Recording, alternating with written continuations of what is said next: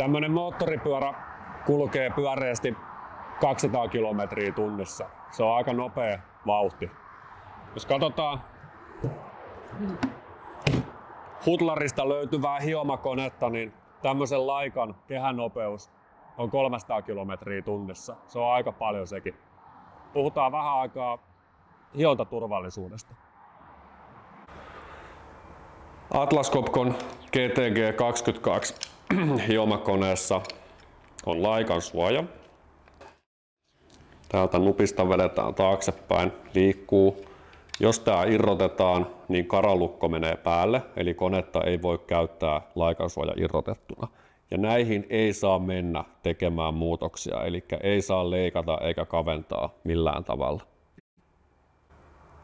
Kone on CE-merkinnän mukainen ja silloin siinä on sivukahva, jonka tulee olla käytettäessä paikalla. On turvaliipasin, jota ei saa mennä modaamaan, ei millään lailla. Ja kun kone käy meillä huollettavana, niin nämä tarkistetaan nämä turvavarusteet joka kerta. Hioman Laikan kiinnityksessä käytetään pelkästään näitä koneen mukana tulevia kiinnitystarvikkeita, ei mitään omia viritelmiä. Poistoilma on suunnattu tässä niin, että se hajaantuu erittäin tehokkaasti siihen lähelle sitä hiottavaa pistettä. Ja siitä on nyt käyttäjiltä tullut erittäin hyvää palautetta, että tuo on hyvä. Tämän koneen aiheuttama äänitaso on 79 desibeliä ilman, että laikka koskee rautaan. Mutta siitä huolimatta niin totta kai aina käytetään suojaimia hiottaessa. Uudessa GTG 22 on vahvemmat hammastukset kulmavaihteessa kuin mitä on ollut edeltävissä malleissa.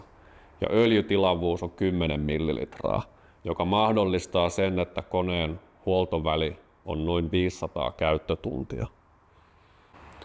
Meillä Atlas Copcon huollossa katsotaan aina koneen turvavarusteet, että ne on kunnossa ja mitataan tyhjäkäyntikierrosluku. Jotta GTG 22 koneen käyttö olisi turvallista ja koneella mahdollisimman pitkä elinkaari, käytäthän konetta Atlas Copcon huollossa.